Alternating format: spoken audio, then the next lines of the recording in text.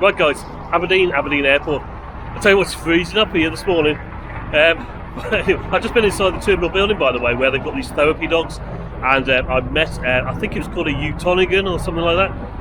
It looked like an Arctic wolf dog. I tell you what, he must be feeling right at home here this morning. Anyway, yeah, plan is I'm going to catch a bus from here, which is going to take me into Aberdeen city centre. From there, I am taking the Stagecoach X7 service all the way down the east coast of Scotland to Dundee, and that's a route that was recommended to me by a good friend and supporter of the channel, Walter Fillingham. Thank you very much for that, Walter.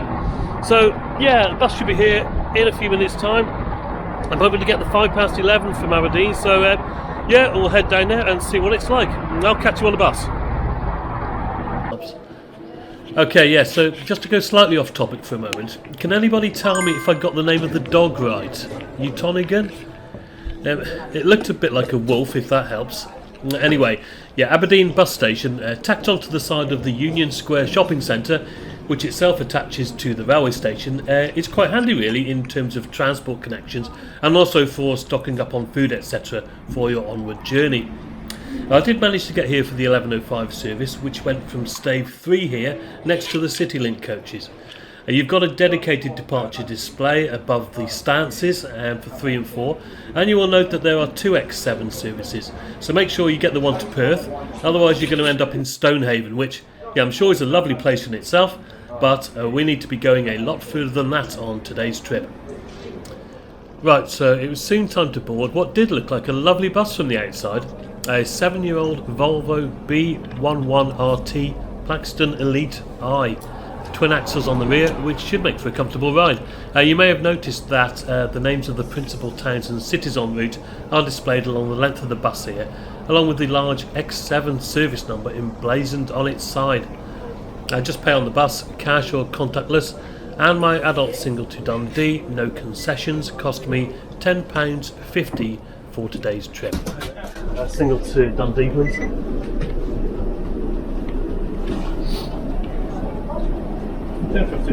Cheers. Just a couple of seats behind the driver here for people with mobility issues, and then it's straight upstairs for all other passengers, which was very similar to my experience on the last megabus I took, which was another Volvo Plaxton Elite.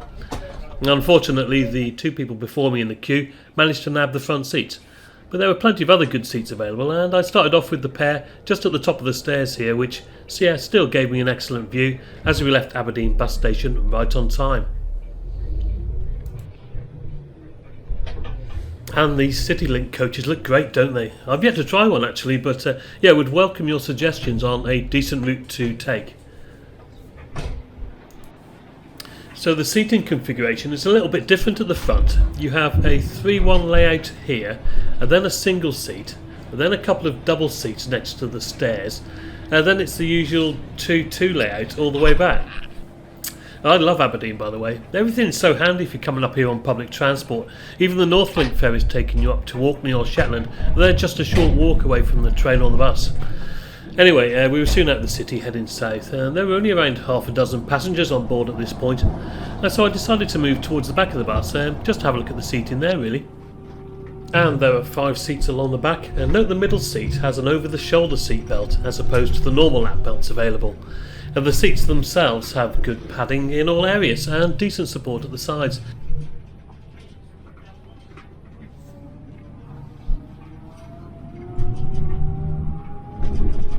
Yeah, and here we have the lap belt I was talking about, and for the purposes of this video I'm just demonstrating here how they should be used.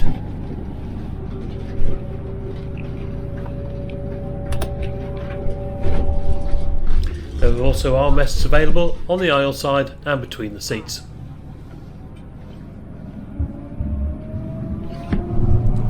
USB sockets are provided between the seat backs here, but yeah, they didn't work on my journey. This could have been just my seat, but I can tell you now I tried at least 8 sockets during the course of this journey, and none of them worked, and some of them were missing their sockets, so yeah, a bit of a negative there, but as always, make sure you carry a fully charged battery pack for such occasions as this one. Now, above the seats on both sides are decent sized luggage racks with integrated air vents and reading lights. Nice big windows and a beautiful sunny day outside with views of the coast. Yeah, all in all, this had the makings of a really pleasurable journey.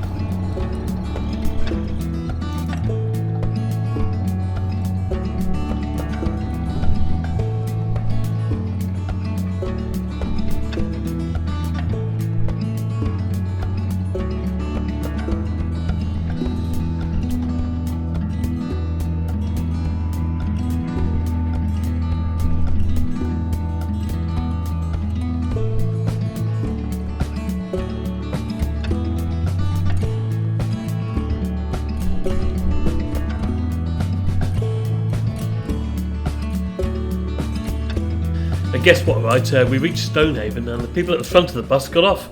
So I was quick, sharp in heading for the vacated seats, in which I would remain for the rest of the trip. This was definitely the best place on the bus from which to enjoy the coastal views and the weather, which was just getting better and better as we made our way south.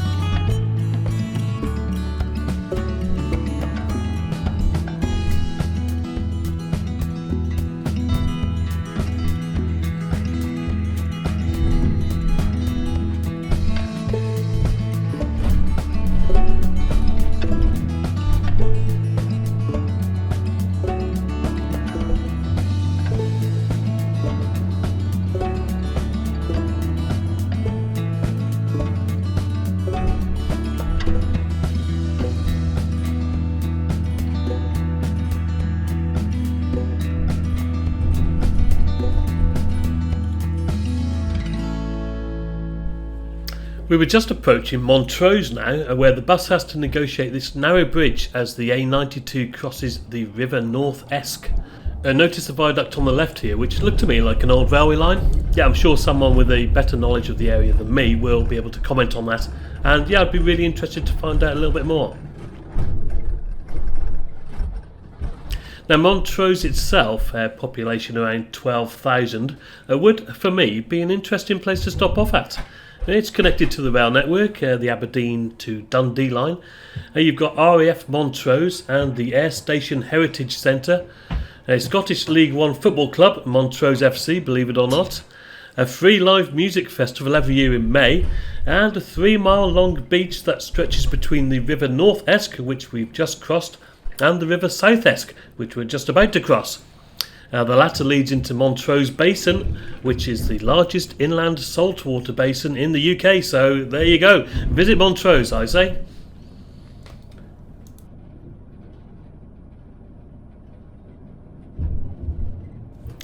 Now, scenery-wise, I think the best views are behind us as we head further south towards Arbroath. Now, Arbroath has a population size about twice that of Montrose, though I found the town much less attractive, and that's just my honest opinion. Most famous, I guess, for Arbroath Smokies haddock. Am I allowed to call them kippers? Probably not. I can feel the hate in the comments already for even suggesting it. Anyway, I'd noticed earlier that there was a toilet on this bus, and I was keen to see if it was operational or not. And as we pulled into Arbroath bus station, I asked the driver, who helpfully told me it should be fine. So I went and just had a look for myself.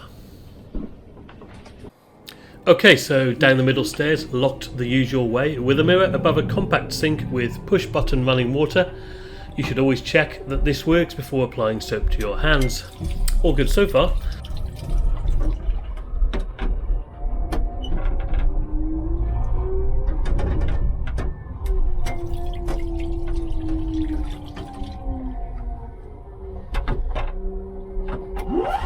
Push button air dryer here, which was fine, and a nice clean bin with a lid on it to your right. Do you know, it was all going so well, then I spotted that there was no toilet roll. So yeah, Along with the battery charger, I'm beginning to think toilet roll and hand sanitizer are both essential pieces of kit on these kind of journeys. A shame really, as I've seen a lot worse toilets than this one in the past. We left Arbroath on time, travelling past the Signal Tower Museum. Actually, it was quite nice down here by the harbour, and there was plenty of open space too. And then we came to Gayfield Park, right on the shore, and home of Arbroath FC, who play in the Scottish Championship. They hold the world record winning margin in a senior football match, 36-0, against a team called Bonaccord. Is this the closest football ground to the sea? Please let me know in the comments below.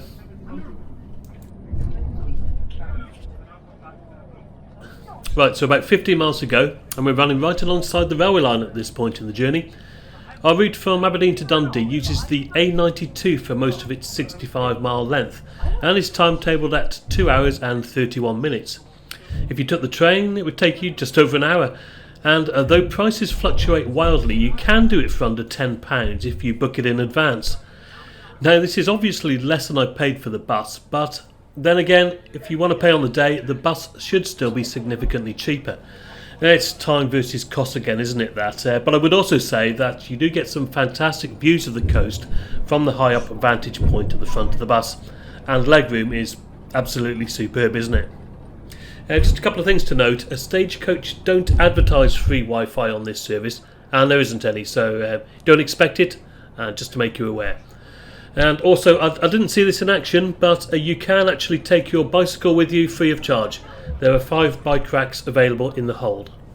Okay, so making good progress now. Next stop, Dundee.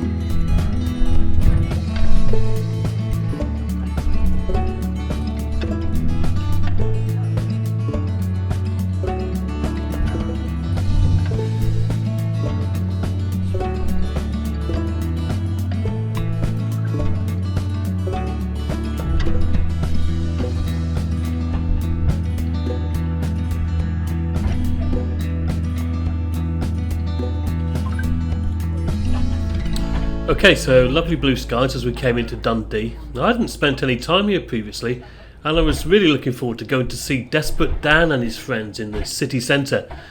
We arrived into Dundee bus station, and after pulling up on stands, I disembarked the bus and waited for it to depart on its onward journey to Perth. Interestingly though, it just seemed to reverse into a parking bay at the opposite end, so yeah, I'm not sure what was going on there, but presumably anybody who was going on to Perth needed to catch another bus at this point. Well, I don't know.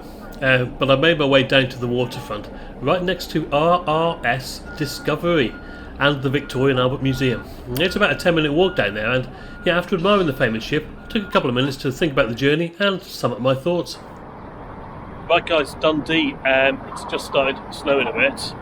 Travelled down here on the Stagecoach X7 Coastrider bus all the way from Aberdeen. It took about 2.5 hours all in all. What did you think? I thought the scenery was great. Bus was a little bit rough around the edges in parts, but not a bad bus all in all.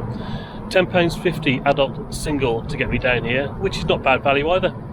Let me know what you thought in the comments below, guys, and yeah, I'm off to my hotel now to warm up a bit, I think. I'll see you on another adventure soon, and as always, cheers for now.